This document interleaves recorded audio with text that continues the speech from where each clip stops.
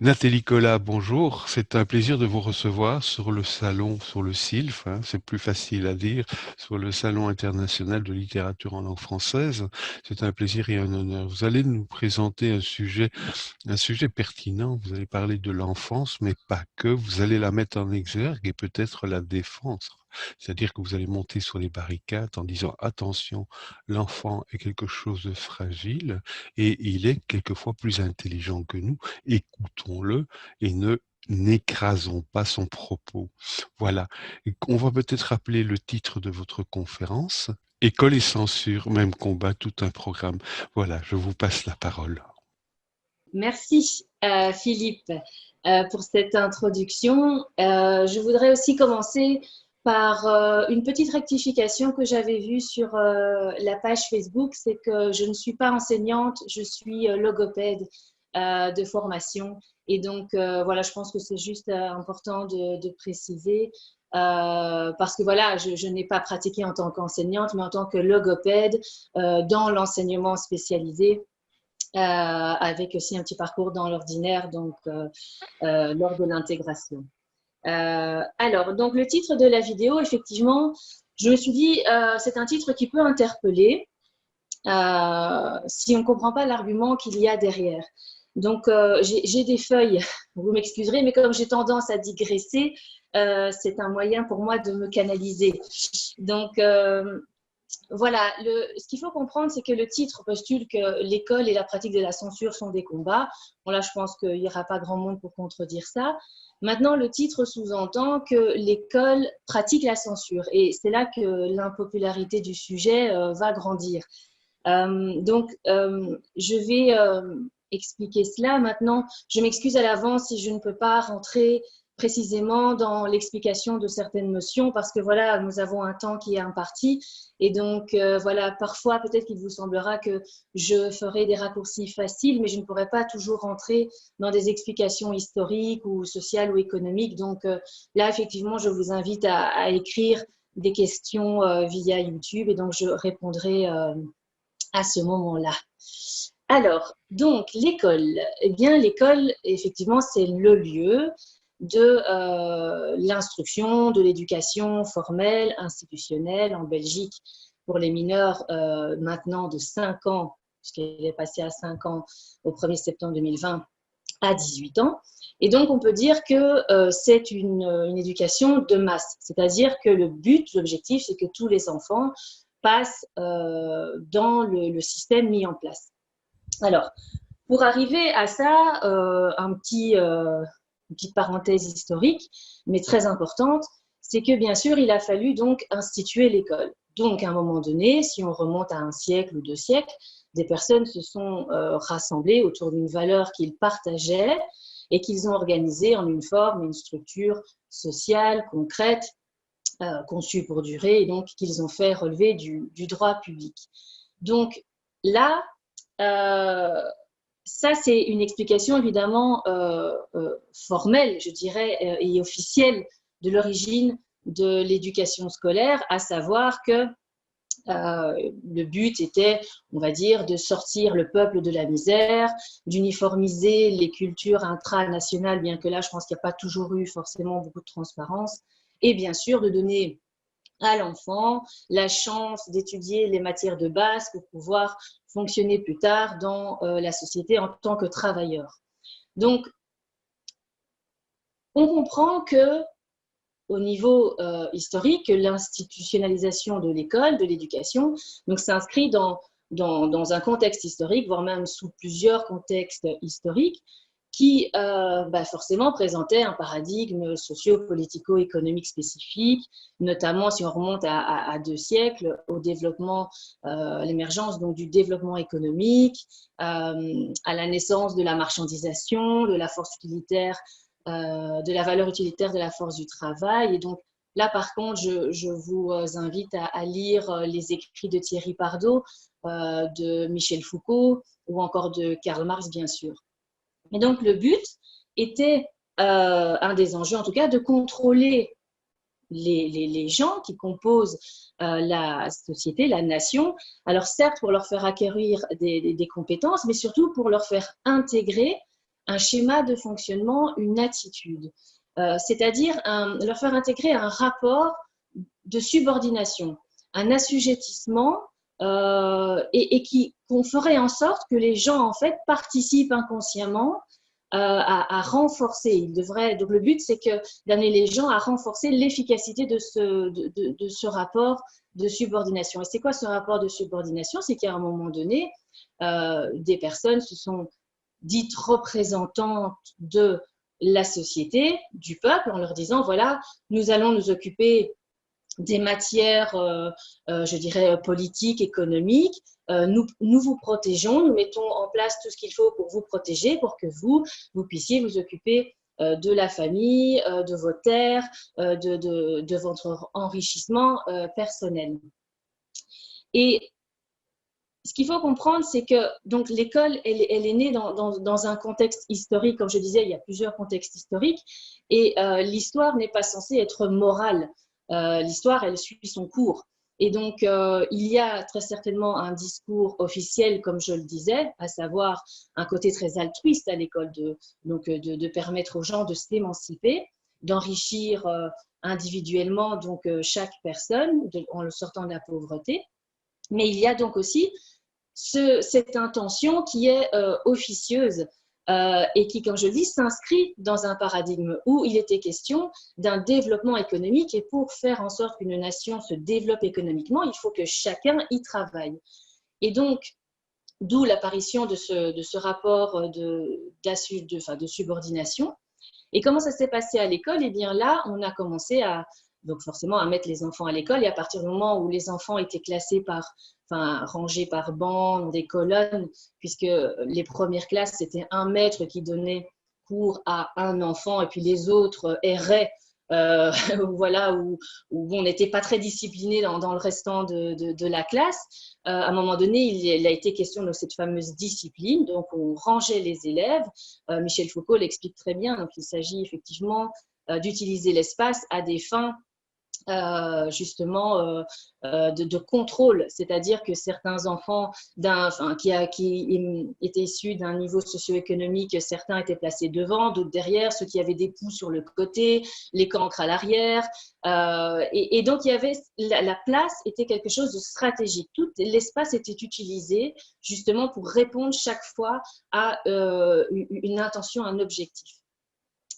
Et l'école, donc, a mis en place à partir de ce moment-là ce qu'on appelle des exercices de drill. Donc, elle a appris à l'enfant à travailler de façon automatique, sans réfléchir, rapidement, c'est-à-dire à s'exécuter sans poser de questions.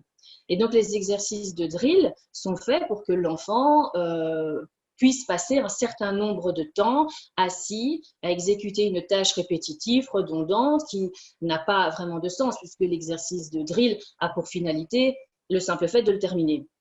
Et donc, ça, c'était important puisqu'il fallait comment amener finalement dans cette ère industrielle des adultes à travailler à l'usine, pareil, d'une façon répétitive, redondante, avec cette notion d'interchangeabilité des sujets. Donc, on pouvait placer un jour, on faisait ça, l'autre jour, on faisait telle autre activité dans l'usine, et sans broncher, eh bien, ça passe notamment par l'école. On sait très bien on le voit aussi dans l'histoire, l'école a été à plusieurs moments le lieu où on s'est dit, bien, c'est là qu'on va formater les futurs citoyens, c'est via l'école, puisque là, ce sont des enfants. Nous savons que les enfants sont de véritables éponges et par loyauté, et surtout parce que c'est dans la nature humaine de comprendre les codes de sa société pour pouvoir y survivre et y évoluer. Donc, il n'y a pas de moralité dans cette constitution cérébrale. C'est juste qu'on reproduit ce qu'on vit parce qu'on se dit que c'est comme ça qu'il va falloir qu'on grandisse et qu'on évolue. Donc, on reproduit les exemples qu'on a autour de nous.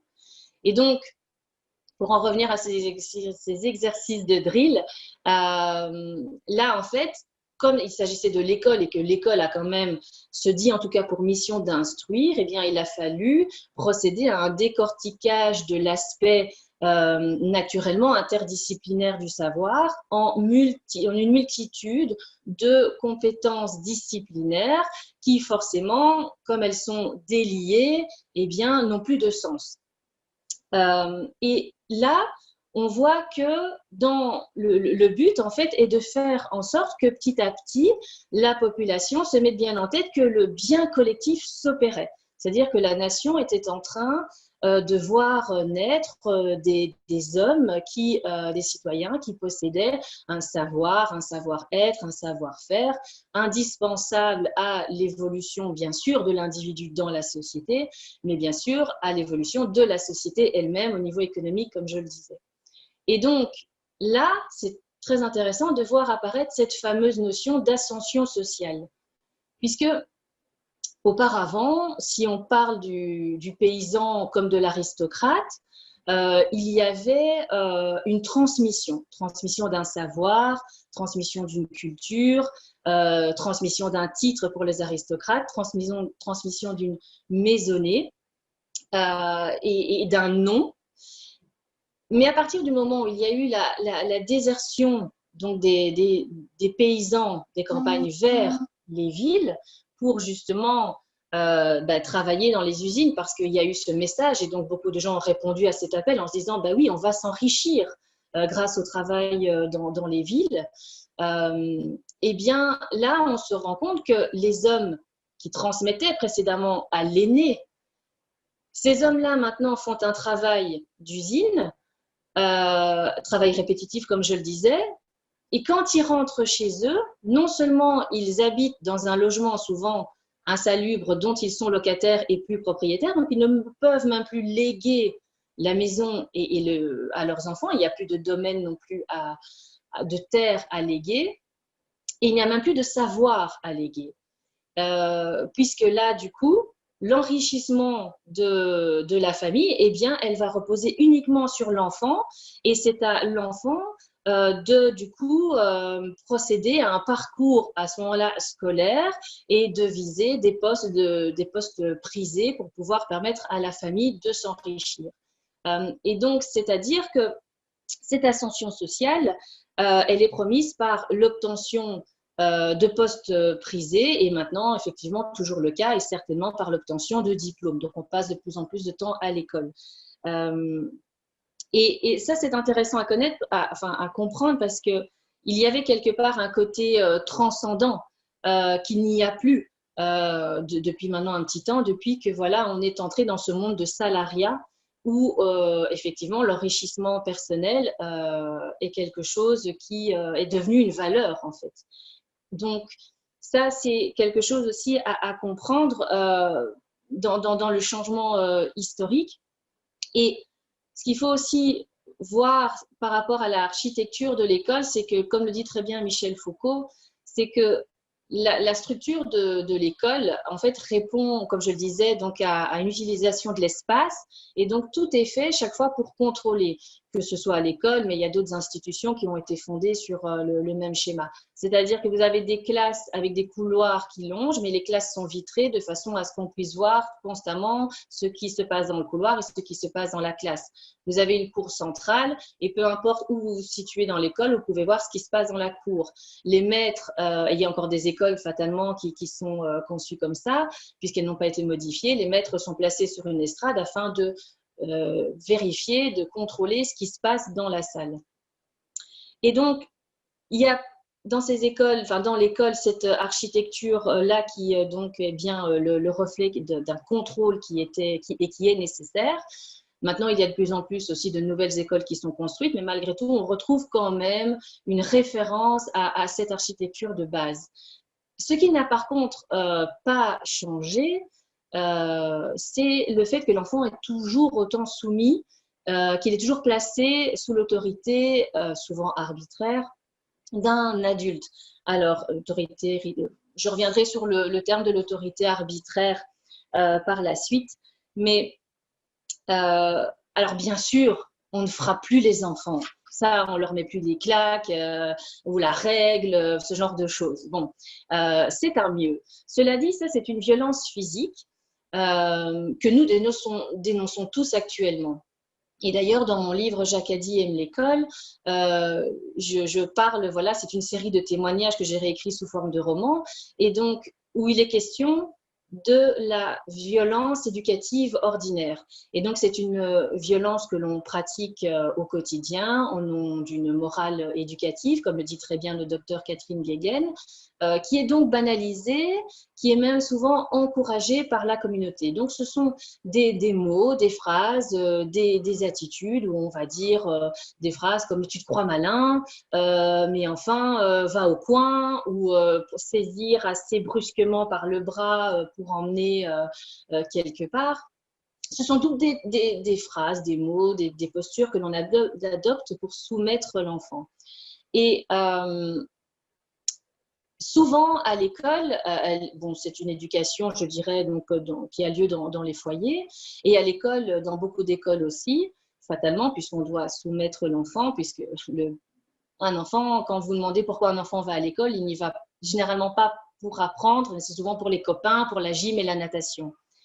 Et quand ils aiment la natation. Mais donc, cette violence éducative ordinaire, c'est une violence qui donc se passe très souvent dans les écoles et qui, il ne faut pas l'oublier, qu'il s'agisse de mots via cette violence-là ou de coups physiques, quand on parle d'une violence telle qu'on pouvait l'avoir dans les écoles aussi avant, le cerveau en fait traite de la même manière une violence physique qu'une violence morale. Ça laisse une trace organique quoi qu'il arrive. Et donc, il y a pour le cerveau besoin de gérer cette violence, même s'il s'agit d'un mot ou d'une phrase. Et bien sûr, il y a aussi après tout un travail de construction identitaire avec des fausses croyances qui peuvent du coup être greffées là-dessus, à savoir si on a passé beaucoup de temps à dire à un enfant « mais tu te crois malin, mais tu te crois intelligent, et tu crois que c'est comme ça qu'on fait dans la vie, tu n'y connais rien ». L'enfant va grandir avec le fait qu'effectivement, très souvent, il n'est pas malin, il n'est pas très intelligent et il fait beaucoup de choses qui ne sont pas pertinentes. Donc, on peut s'imaginer que ça entache sa confiance en lui. Et donc, cette violence éducative ordinaire, c'est d'ailleurs ce que je reprends dans Jacques Adième l'école, parce que la violence physique, nous la condamnons tous, tandis que la violence éducative ordinaire, nous n'avons pas conscience que nous la pratiquons au quotidien. Et si nous voulons justement, et à partir du moment où nous comprenons justement le développement empathique de l'enfant, à savoir que nous sommes tous précablés pour être empathiques, c'est d'ailleurs la bienveillance qui a permis la survie à notre espèce, si on remonte à des millions d'années en arrière, il nous reste ça, donc ce précablage pour être empathique, mais à nouveau, il n'y a pas d'aspect moral à ce précablage. C'est-à-dire que, comme je le disais, si vous placez un enfant dans un environnement malveillant, étant donné que c'est les seuls codes et exemples qu'il va recevoir, il va se dire que c'est comme ça qu'il doit se comporter, puisque c'est comme ça qu'il va pouvoir survivre dans son environnement. Et donc, si vous voulez créer très idéologique ça. Si vous voulez aider l'espèce humaine à aller chercher le meilleur d'elle-même, eh bien, il faut veiller constamment à ce que nos propos soient bienveillants, soutenants, chaleureux, et nous devons veiller à incarner cet exemple pour que les enfants reproduisent ce qu'ils voient. Un enfant sera doux s'il reçoit de la douceur, un enfant sera aimant s'il reçoit de l'amour. Alors c'est CQFD, ça paraît logique, mais étant donné que la plupart de nos interactions, lorsque nous parlons, sont basées sur le jugement, sur la comparaison, sur la culpabilisation, eh bien, on envoie souvent un autre message. Et donc, il se passe autre chose au niveau éducatif que ce qu'on voudrait. Et c'est ça qu'il faut comprendre, c'est quand on dit une phrase assez dure à un élève pour le réveiller, pour qu'il se mette à travailler, eh bien, il faut comprendre en fait que l'élève ne reçoit pas cette intention-là. Lui, il reçoit juste la violence des mots, avec une construction identitaire qui va se passer derrière. Alors bien sûr, il y a tout le phénomène de résilience, hein, donc évidemment quand on est entouré de personnes chaleureuses, bienveillantes et qu'il y a des personnes malveillantes dans notre environnement, on a quand même vers qui se retourner et d'autres modèles à voir et desquels on peut justement se grandir, je vais dire, en tout cas trouver la force de guérir certaines blessures. Et donc, pour revenir à cette structure scolaire, il faut comprendre donc qu'à l'époque, la bienveillance, l'empathie, bon, c'était pas trop les sujets premiers. C'est pas encore un sujet premier à l'heure actuelle, mais on peut en parler, ce qui est déjà une belle évolution. Mais donc, ce qu'il faut comprendre, c'est la raison officielle et la raison officieuse de l'institutionnalisation de l'éducation. Et une fois qu'on a compris qu'il y avait effectivement des intérêts divergents entre ceux qui ont pensé l'école et ceux qui la pratiquent, là, on peut effectivement comprendre qu'il y a, je dirais, on ne parle pas des mêmes choses, du coup. Et si on espère d'ailleurs un changement de l'école, il faut un changement de la part des gens sur le terrain. N'attendons pas de changement des politiques puisqu'ils ne sont pas sur le terrain et puisque, comme je l'ai dit, les intérêts divergent. Donc, on comprend facilement que quand il y a des intérêts économiques,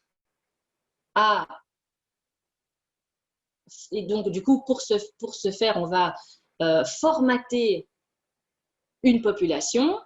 Il est tout à fait normal que dans la structure qui est prévue pour formater, il y ait naissance d'une compétition entre élèves et du coup une compétition petit à petit entre établissements. On le voit beaucoup en Belgique, je veux dire, c'est très clair, nous avons des établissements qui sont dits élitistes, nous avons des établissements qui sont dits corrects, moyens, et nous avons des établissements et des filières dits de relégation. Et on ne peut pas dire que les élèves qui fréquentent ces différents établissements ont les mêmes chances de réussir. Et ça se voit très simplement dans le discours qui est tenu par rapport à l'université. Alors, je ne dis pas que l'université est la suite logique du secondaire et que nous devons tous passer par cette case-là, mais comme je disais, nous sommes dans une société où il est question d'ascension sociale. Et cette ascension sociale, elle est promise, comme je le disais, par les diplômes. Et qui promulgue les diplômes? Les universités, pour les postes les plus prisés. De ce fait, dans les écoles élitistes, on parle assez peu de l'université puisque 98% des élèves, de toute façon, vont s'y inscrire. C'est une culture même familiale généralement. Dans les établissements moyens, corrects, on peut en parler, on va préparer effectivement éventuellement les élèves. Et dans les établissements et filières de relégation, l'université souvent ne fait même pas partie de l'univers des possibles. Donc là, on va préparer les élèves à rejoindre le marché du travail et donc à les préparer pour ça. Donc le discours n'est pas le même. Et là, j'invite à lire les écrits de Perrine de Vleesauer, qui est une sociologue belge qui a écrit un livre qui s'appelle École en tension et qui fait vraiment une critique très intéressante de notre système éducatif. Et donc voilà, ça, je vous invite à lire ces écrits. Mais donc, qui dit évaluation entre établissements dit fatalement évaluation tout au long de la scolarité des élèves. Et en Belgique, on en a un paquet. Hein, donc, les élèves, on commence avec la 3e maternelle, avec les tests d'acquis pédagogiques. Fin 3e maternelle, on se dit, tiens, et ça part d'une bonne intention, fatalement, de la part des gens du terrain. On se dit, on va vérifier s'ils ont acquis suffisamment de bases pour pouvoir suivre dans l'enseignement primaire. Et donc, si l'enfant n'a pas les acquis, on va pouvoir proposer un redoublement parfois ou des orientations telles que l'enseignement spécialisé. Mais ce qu'il faut comprendre, c'est que dans les études qui analysent l'efficacité des différents systèmes éducatifs, notamment en Europe, on se rend compte que cette pratique-là, qui est une pratique qui est appelée sélection-orientation précoce, est un des facteurs de ségrégation académique et donc de ségrégation sociale. Donc, on ne cède pas, en fait. Donc là, ça, c'est un autre gros dossier qu'il faudrait prendre le temps de discuter. Mais c'est une réalité. Et donc, il faut avoir ça aussi en tête. Et que notre système éducatif est un système qui est dit peu compréhensif parce qu'il pratique cette sélection-orientation précoce. Et ça n'est pas apparemment ce qui aide les élèves dans leur scolarité. Et certainement pas au niveau effectivement académique et social. Alors ensuite, on passe aux épreuves externes certificatives de 2e primaire, de 4e primaire, de 6e primaire avec le CEB, le CE1D à 14 ans, le CE2D à 16 ans et le CESS à 18 ans. À cela, on ajoute bien sûr tous les examens et contrôles que les établissements décident ou non de faire passer dans leurs écoles, avec des gros contrôles ou des examens en décembre ou en juin. Et à cela, bien sûr, on ajoute les travaux à domicile. Et là, en matière de législation, les travaux à domicile, j'invite en fait à lire ma rubrique Que nous dit la législation, une rubrique qui est dans mon livre Enseignant éclairé sur le thème de la discipline, où je parle de cette législation parce que moi-même, ayant fréquenté l'école normale et ensuite ayant travaillé dans les écoles, je n'ai jamais entendu qu'il y avait une législation par rapport aux devoirs, par rapport aux leçons. Et quand on lit les raisons pour lesquelles enfin voilà, je dirais qu'il y a une législation qui a été mise en place, je trouve ça particulièrement pertinent et très humain. Donc, je vous invite à lire cette partie-là de mon livre si vous n'avez pas, pour les enseignants, connaissance de ça, parce que ça remet bien les choses en perspective. Alors, cette évaluation excessive et stérile d'un point de vue des apprentissages amène l'enfant à passer son temps à mémoriser pour réciter. Alors, même si la mémorisation est un geste mental, pour reprendre les termes de gestion mentale, nécessaire à tout apprentissage, elle le dessert quand on n'y joint pas la compréhension et la réflexion.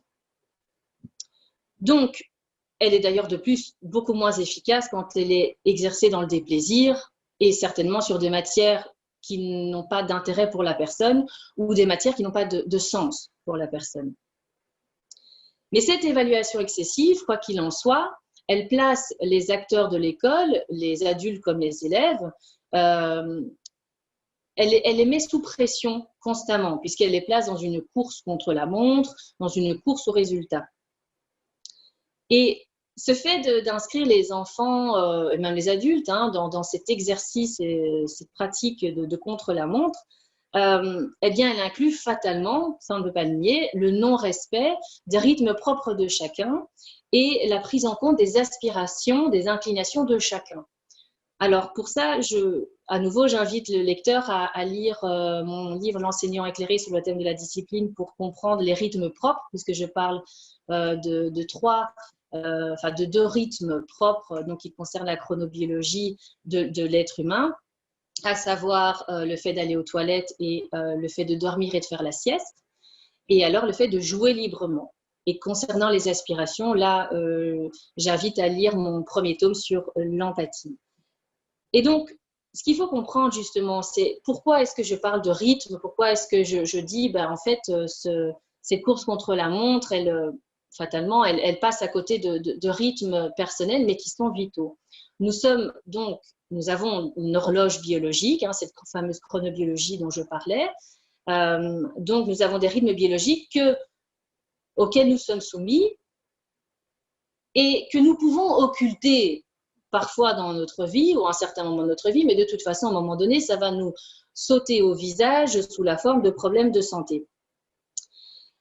Et le fait de jouer librement, ici il ne s'agit pas de la chronobiologie, donc d'un rythme interne, mais le fait de jouer librement est un instinct qui, comme le dit très bien Peter Gray dans son livre Libre pour apprendre, est un instinct qui développe les autres instincts. C'est-à-dire que l'homme étant un mammifère, comme tous les mammifères, il a besoin de jouer dans son enfance et plus il va devoir acquérir de compétences pour sa vie adulte, plus il va devoir jouer dans son enfance pour maîtriser ses compétences. Et en cela, le jeu libre offre un cadre incomparable, puisque c'est dans le cadre de ce jeu libre que tous les cheminements sont possibles, que les essais-erreurs sont possibles à l'infini sans conséquence, que tous les cas de figure en fait peuvent être explorés.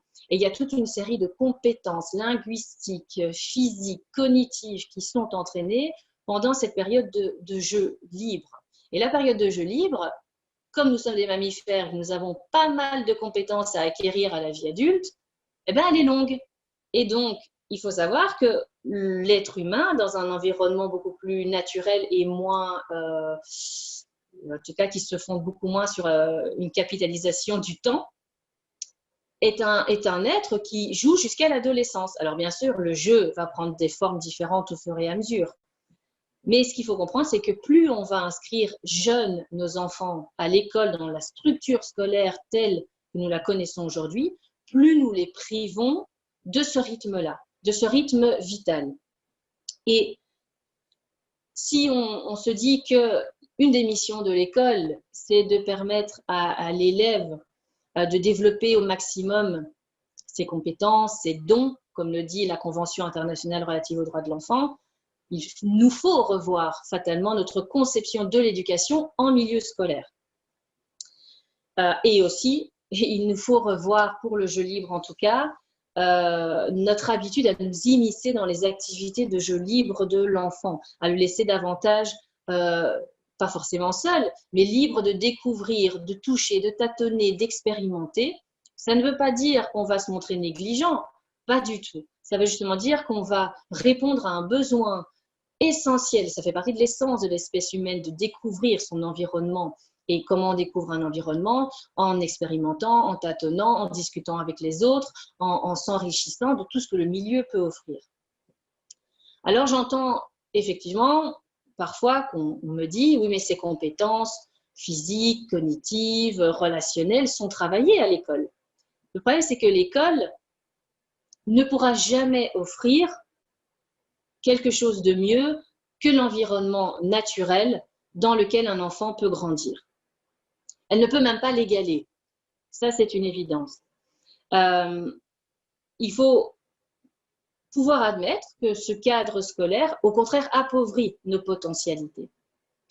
Et qu'après, on fait tout un travail pour récupérer le retard. C'est dommage. On pourrait moins se fatiguer avec tout ça et simplement laisser les choses se faire dans un contexte naturel qui serait de toute façon beaucoup plus porteur, puisque si vous discutez avec n'importe quel éleveur de n'importe quel animal, je l'ai encore lu dans Histoire de ma vie de George Sand précédemment quand elle parle de ces oiseaux, c'est que lorsque, et là ici, peu importe s'il s'agit de rats en laboratoire, lorsqu'on fait grandir une espèce animale dans un environnement artificiel, mais qu'on stimule cette espèce animale, eh bien, cette espèce ne sera jamais aussi autonome, débrouillarde, n'aura jamais autant de comportements sociaux et n'aura jamais autant développé ses instincts que ses pairs en milieu naturel. Donc, l'environnement dénaturé et sélectif de l'école, il faut se dire, ne remplacera jamais cet environnement naturel riche. Quand je dis riche, c'est simplement riche de relations, riche de pouvoir expérimenter, tâtonner, et surtout le temps. Redonner, enfin, le temps est une dimension essentielle dans la maîtrise des compétences, y compris la maîtrise de soi. D'ailleurs, si on reprend l'étymologie du mot école, alors là, il y a un grand paradoxe entre ce que nous connaissons de l'école et cette étymologie chez les Grecs anciens, où le mot école était en fait le loisir consacré à l'étude. C'est-à-dire que c'était un temps même calme, tranquille, où on se devait de prendre le temps pour pouvoir apprendre, maîtriser les compétences, les maths, les sciences, la poésie, pour pouvoir réfléchir. Au contraire des activités de la vie quotidienne, nettoyer sa maison, entretenir la terre, faire à manger, qui étaient en fait considérés comme des besoins qui correspondent à une vie animale. Donc là, effectivement, c'est le genre de besogne qu'on va accomplir assez rapidement. Mais dans le cadre de la scola, de cette façon de concevoir, je dirais, oui, l'éducation, et du coup, toute cette beauté, tout ce côté méta dont l'homme est capable, eh bien là, le temps est un élément essentiel. Et d'ailleurs, tout ce monde-là ne peut pas s'effectuer si on n'a pas le temps. Donc ça, c'est une grande différence parce que du coup, bon là, je ne sais pas par contre si les enfants avaient accès à ces milieux-là chez les Grecs anciens, mais toujours est-il que on voit un peu la même chose encore de nos jours chez les familles qui pratiquent l'enseignement à domicile, qui sont en réseau, celles qui font voilà, toute une série d'activités qui permettent en tout cas à leurs enfants de pratiquer des activités librement. Ça se voit aussi dans les écoles démocratiques, notamment de type Sudbury, où on voit que la motivation endogène, la curiosité intrinsèque, eh bien, chez l'enfant, elle va permettre juste, enfin, c'est ce qui donne l'élan à l'enfant pour s'intéresser aux choses, pour s'intéresser à la vie. Et l'enfant n'a pas besoin qu'on lui dise ça c'est intéressant, tu vas l'étudier. Il va apprendre malgré lui parce que ça fait partie de l'être humain. On n'en serait pas arrivé là dans notre évolution si on était né en se disant je ne compte rien faire aujourd'hui ou je ne compte pas apprendre, je ne veux pas apprendre.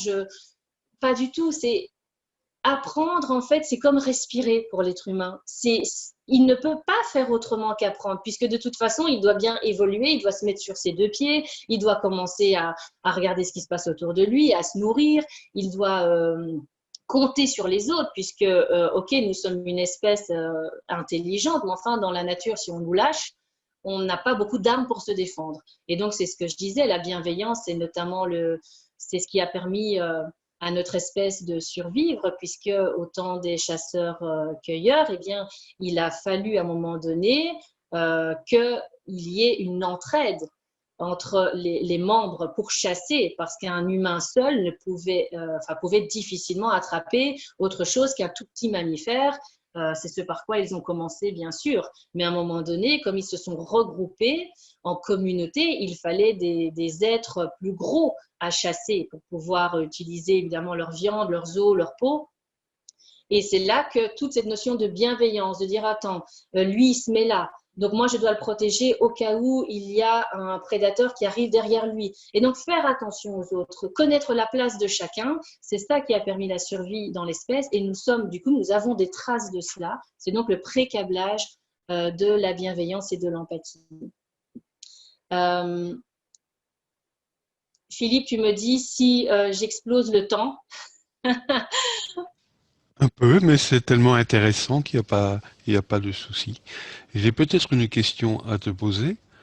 Que lorsque tu parles de l'enseignement, de la relation entre l'enseignant, le savoir, l'élève, celui qui va emmagasiner ce savoir, j'ai l'impression que tu tends vers l'idéologie parfaite, c'est-à-dire où l'enseignant serait la personne qui se met en retrait, justement, pour déverser son enseignement, tout en laissant une liberté complète à l'enseigner. Ce que je veux dire par là, c'est que l'enseignant le plus parfait que l'on pourrait trouver au monde serait celui qui serait le plus humble et à l'écoute plutôt qu'à, non pas l'égocentrisme, mais qu'à imposer finalement ses propres blessures, puisque l'autorité vient aussi d'une forme, oui, d'écrasement. On réitère un peu ce que l'on a vécu dans le passé. Bon, c'est une série de réflexions et de questions. C'est un discours, je suis passée par le côté historique pour faire comprendre d'où on vient, d'où l'institution vient. Et parallèlement à ça, effectivement, je parle beaucoup d'empathie, de bienveillance, de ces écoles démocratiques ou de ces formes d'éducation qui laissent la place à l'enfant. Donc, ça peut faire penser quand on met les deux ensemble que je rêve d'une école où effectivement l'élève prend tous les droits, tous ses droits et que, comme tu dis, l'enseignant est en retrait et à la limite est peut-être juste le garant d'un cadre physique, enfin, ou oui, on va dire ça. Mais en fait, je ne suis pas en train. Je pense que il y a, et ça j'en ai rencontré plein, et je rencontre toujours plein heureusement, des membres de l'enseignement qui sont merveilleux, qui ont une réelle envie de transmettre aux enfants leur vision du monde, leur rigueur pour l'apprentissage. Et donc, ça, évidemment, heureusement, il y en a. Mais je ne suis pas en train de dire qu'il faut faire imploser ou exploser la forme de l'institution scolaire telle qu'on la connaît, parce que ça, ce serait utopique et ce serait un drame si du jour au lendemain, tous ces parents devaient se retrouver sans école avec leurs enfants à la maison, puisque on n'a pas été éduqués comme ça, donc on ne saurait pas quoi faire. Je ne vais pas faire le parallèle avec le confinement qu'on a vécu, où certains parents se sont dit et m'ont dit oh, je ne pourrais pas faire l'école à la maison. Ça n'a strictement rien à voir. Il faut bien se dire que le confinement qu'on a vécu n'a rien à voir avec ce que vivent les familles qui pratiquent l'enseignement à domicile avec leurs enfants. Elles le font dans un cadre où tout est ouvert, où on peut aller vers tout le monde, où on peut profiter de toutes les infrastructures. Pardon. Donc, voilà. Mais dans le cadre de l'école, bien sûr qu'il y a un enseignant qui est face à 30 enfants. On est bien d'accord que pour sa survie mentale, il est évident qu'il doit instaurer un peu de discipline. C'est comme ça. Et de plus, ce qu'on remarque, c'est que même si l'enseignant a de très belles valeurs et se sent investi d'une mission, force est de constater que la forme, la structure scolaire telle qu'elle est conçue va à un moment donné de toute façon entacher cela et va l'amener à devoir se comporter d'une façon ou d'agir de façon contraire à son éthique ou à ce qu'il rêverait que l'éducation soit. Et là, je pense qu'il ne faut pas baisser les bras et que tous ces gens-là, c'est pour ça que j'ai écrit l'enseignant éclairé d'ailleurs, c'est pour permettre à tous ces gens qui parfois sont un peu déprimés par rapport à leur quotidien, parce que effectivement, ils doivent enseigner selon des modalités qui sont en constante mouvance. Quand on parle, enfin, chaque fois des décrets, des circulaires qui apparaissent, et du coup, il faut rechanger certaines choses, et même beaucoup de choses au quotidien. Il faut continuellement, du coup, s'adapter. Il n'y a pas de stabilité possible. Il y a des contraintes pour exercer ce métier, mais gardons toujours à l'esprit que le changement peut venir de nous et par nous, pour nous. Et donc, oui, certes, on nous impose des conditions d'enseignement, mais on peut déjà, le petit travail à faire, qui est je dis un petit travail, mais qui peut amener de grandes conséquences, c'est justement ça, juste de revoir la façon dont on s'adresse à l'enfant. Déjà, rien que ça. Bien sûr, le programme est préétabli, on n'a pas beaucoup d'impact là-dessus, mais si déjà on se dit, je décide de m'adresser aux enfants différemment, aux élèves différemment, de les considérer différemment, pas comme des êtres ignares ou des êtres qui sont de nature oisive, justement pas, mais si on comprend le développement de l'être humain et si on comprend la frustration, si on se remet à la place des enfants, ce qu'on a vécu aussi, à savoir la frustration de devoir être assis X heures par jour ou dans un endroit clos, fermé sur lui-même, on peut comprendre la frustration et on peut comprendre du coup la pauvreté que cela risque d'engendrer, notamment dans les relations avec l'élève. Et du coup, ce rapport d'autorité dont tu parlais tout à l'heure, qui va du coup s'installer naturellement. Mais disons-nous que nous pouvons voir les choses différemment, donc changeons nos mots, changeons nos attitudes, comprenons le rythme biologique de l'être humain, discutons avec nos collègues et restons ouverts et surtout dans le moment présent. Parce que le futur, personnellement, enfin pas personnellement, mais on sait bien, on a difficile maintenant à dire aux élèves quelles sont les compétences qu'ils vont devoir maîtriser pour s'assurer un job dans l'avenir. Le marché change tellement vite, l'économie change tellement vite que du coup, l'offre et la demande changent tellement vite. Et même les centres qui vont guider les politiques d'enseignement en matière d'offres et de demande, parce qu'ils font des enquêtes justement sur le sujet, vont proposer des choses, mais on sait qu'elles sont à court terme. Et là, j'invite à lire Alain Damasio, qui a écrit le livre Les Furtifs, qui fait une projection de ce que serait l'enseignement dans quelques décennies. J'allais t'interrompre et je suis désolé. Je vais amener une autre question, mais je vais peut-être rappeler aux personnes qui assistent à cette conférence qui peuvent te poser des questions via le chat qui se trouve, je crois que c'est à main droite de votre écran. Hein. Mais avant de clôturer cette conférence que j'aimerais continuer en éternité tellement elle est passionnante, et je crois que que ce serait vraiment avec plaisir que l'on organiserait une conférence physique, hein, en présentiel. C'est un sujet qui intéresse tout le monde. Et la dernière question est la suivante, c'est que tu as effleuré le thème de l'élitisme scolaire, c'est-à-dire effectivement il y a une différence en fonction de l'établissement ou du quartier dans lequel on habite, et cet enseignement des chances ou des malchances est parfois compliqué à gérer, y compris au sein de l'enseignement. Alors, puisqu'on s'adresse à l'international, je me souviens plus du titre. Malheureusement, il y avait un film admirable où une enseignante avait porté une classe jusqu'à recevoir un prix, je ne sais plus lequel, et c'était extraordinaire puisqu'au départ, c'était une classe défavorisée grâce à l'énergie et une énergie qui était partagée par les élèves, hein, en finale par les parents. Grâce à l'énergie d'une enseignante, elle a pu prouver que le milieu n'avait rien à voir, mais il y avait une volonté. Et cet élitisme me hérisse souvent. Mais c'est évidemment l'objet d'une autre conférence. Je ne sais pas très bien comment tu pourrais répondre à cette question qui est probablement maladroite. D'ailleurs, il n'y a pas de question.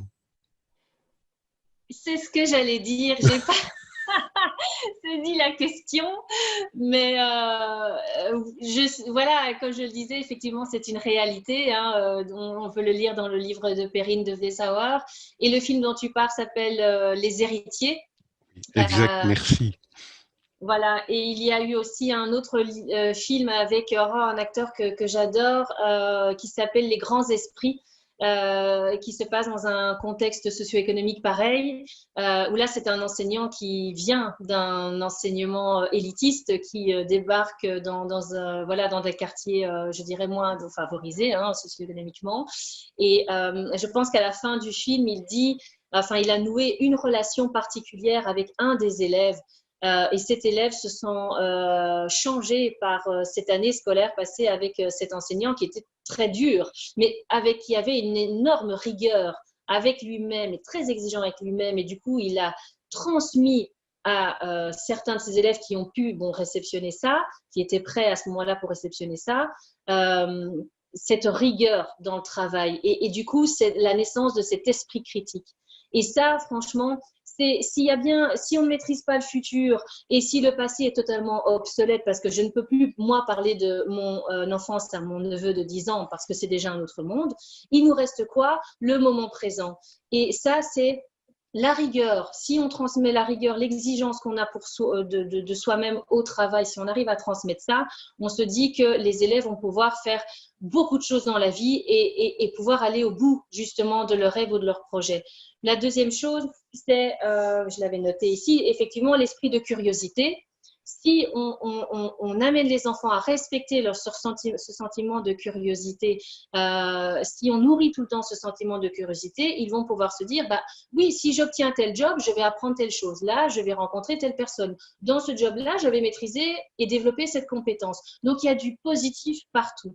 Et et je terminerai là-dessus, après je me tais, deux autres compétences qui sont d'ailleurs reconnues par les entrepreneurs. Il y a une IBM qui a fait une enquête en 2008 auprès de centaines d'entrepreneurs, et ça c'est repris par Ken Robinson dans un de ses livres. Les deux compétences que les entrepreneurs cherchent chez leurs salariés, c'est l'adaptabilité au changement et la création de nouvelles idées. Et pour développer ces compétences-là, je pense qu'il n'y a rien de mieux que d'être dans le moment présent. Voilà. Voilà, je clôturerai simplement avec un commentaire. Je saluerai un enseignant qui m'a bouleversé tout au long de mon enfance, bouleversé parce que sa réflexion m'a suivi, me poursuit encore aujourd'hui. Philippe, as-tu posé une bonne question aujourd'hui? Et en fait, voilà, ça rejoint un peu ton éveil de curiosité. Je voudrais te remercier, je me permets de te tutoyer, te remercier pour ce superbe moment de partage. J'invite également les personnes qui suivent cette conférence à rejoindre le salon, où vous pourrez rejoindre également la table de l'auteur, lui poser ou rejoindre l'auteur et qui présente évidemment ses livres tout au long de ce salon. Merci infiniment, à bientôt, peut-être sur nos antennes, pour présenter, je crois que vous allez sortir un nouvel ouvrage, non? Oui, le dernier est sorti, donc l'enseignement sur la discipline. J'ai aussi publié une pièce de théâtre qui est dans un autre genre, mais le prochain tome de l'enseignant éclairé sortira l'été prochain. Mon Dieu, l'éclectisme, que c'est merveilleux. À bientôt. Au revoir.